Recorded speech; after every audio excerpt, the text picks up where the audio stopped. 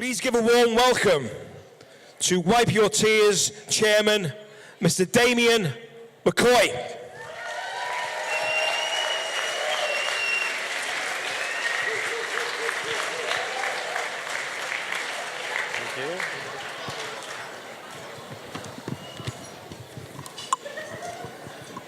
Good evening, everybody. I'd just like to say thank you very, very much for coming to our second annual now Teardrop Ball.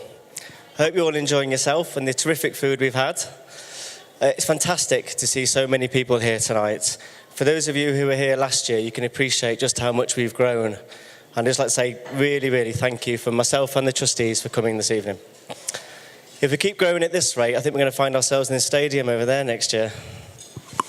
And I would also like to just add that this evening wouldn't be possible without the real generosity of our two sponsors, O2 and Mercedes. So thank you very much, guys. It's very much appreciated.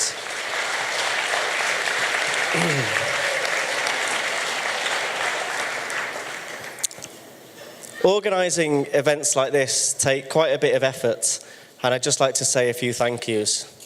Firstly, to this great venue, De Vere, and all the staff that you've seen around you tonight, in particular to Debbie for organising it. Thank you very much, love.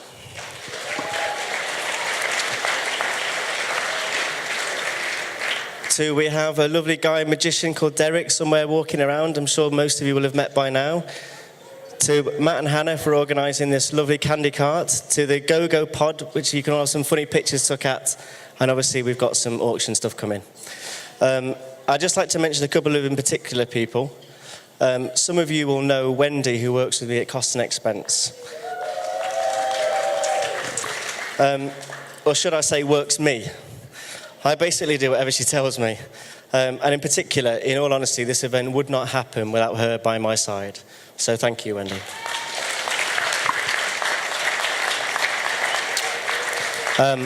Finally, and by no means least, I've got to thank my beautiful wife, Sandra, for supporting me, for letting me off, really, being a husband and a father for the last few months, and letting me just focus on making this event happen. But in all honesty, most in particular for telling me just before I walked on stage that my zip was undone. Now, tonight, hopefully, you're going to have a really, really great night. We've got some fantastic acts on. Preceding me, we've got a raffle and an auction, and then we've got Les, who you've just met a moment ago, the beautiful Titch, and then to finish us off, Lamar. Now, I've been told, apparently, when I was trying to write this speech, that a good speech is like a dress, long enough to cover the subject, but short enough to be interesting. So I'm going to keep this pretty brief. The idea of tonight, and the reason you are all here, is for a really good reason. And it's to support the work we do with some really serious and terminally ill children. For those of you who were here last year, you may remember that I spoke about a little girl called Amy, that we were trying to fundraise to help her family fund a spinal operation. I thought it'd be nice to give you guys a bit of an update, really, and just to say that because of last year's event, we successfully raised what we were trying to raise to help Amy's family. And she has had a spinal operation. And although she is still terminally ill, the quality of life that she now has massively improved. And her family, because of that operation, have the ability to enjoy the time that she has left. And that would not have happened without the generosity from you guys last year. So thank you very, very much.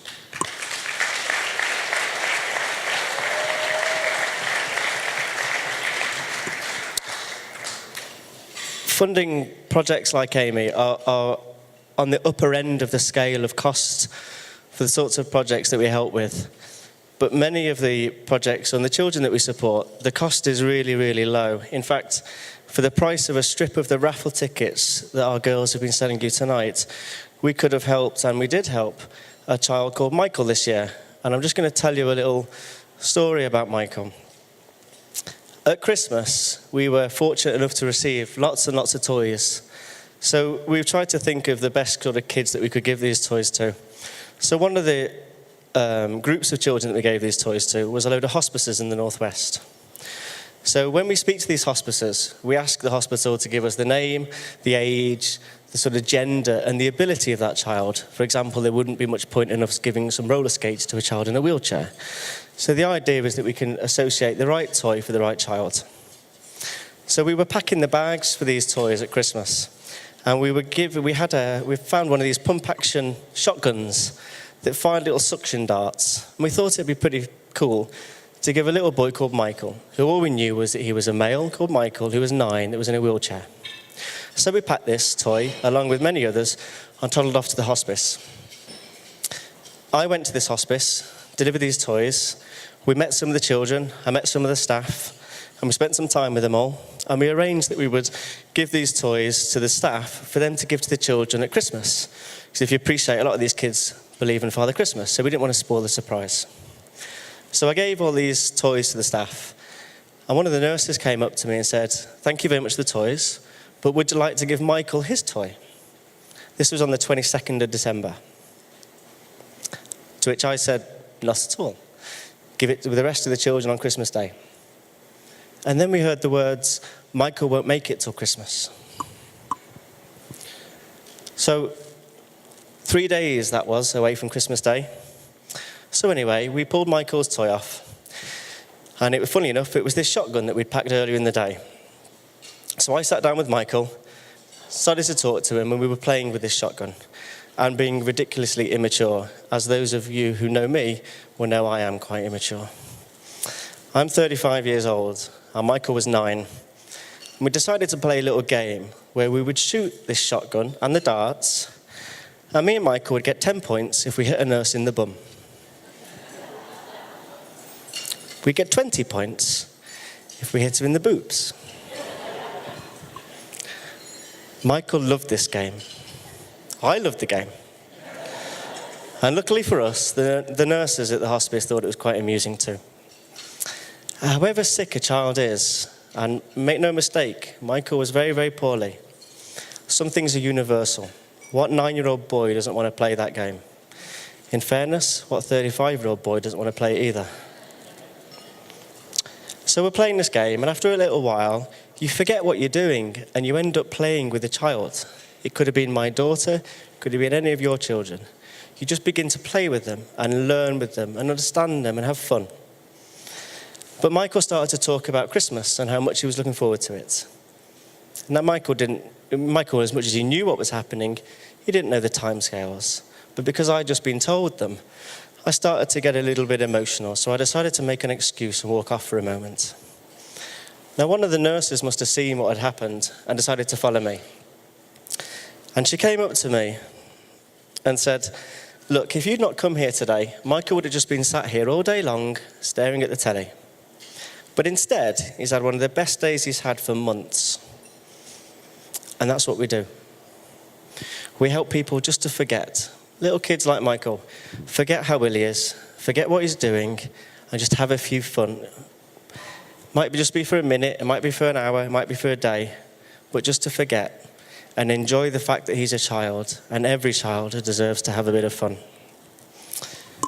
Sometimes we forget that kids are just kids. They have the same concerns as any kid. They want to have friends and they want to have fun. And they don't want people going up to them all the time asking them how they feel. Your money tonight and all year has helped us help many, many children. In fact, this year we have helped 200 children that we visited at every single domestic violence centre in the Northwest and gave gifts to brighten the terrible time that all these kids had had.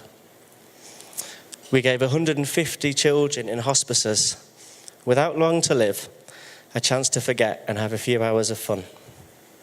And we've given 100 children, like Amy and like Michael, help with special days out, operations or equipment to make life that little bit easier. In fact, this year we will help 500 children who are desperately ill and equally brave and mightily inspiring. That's what we do. And that is what your money tonight will go towards. It will help make life that little bit better for kids like Amy and Michael. It doesn't have to be a fortune, but even a small amount can make a massive, massive difference. And I can tell you that every single penny raised tonight will go to those kids. So, Try the Mercedes for the day. Buy some raffle tickets. Or just stuff a load of notes in those envelopes on your tables. Whether it's £10, whether it's £10,000, we will use that money to make some kids mightily happy.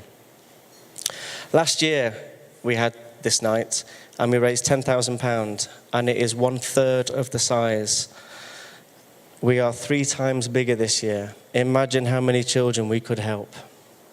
So, please enjoy the rest of your evening, charge your glasses, and prepare to have some fun.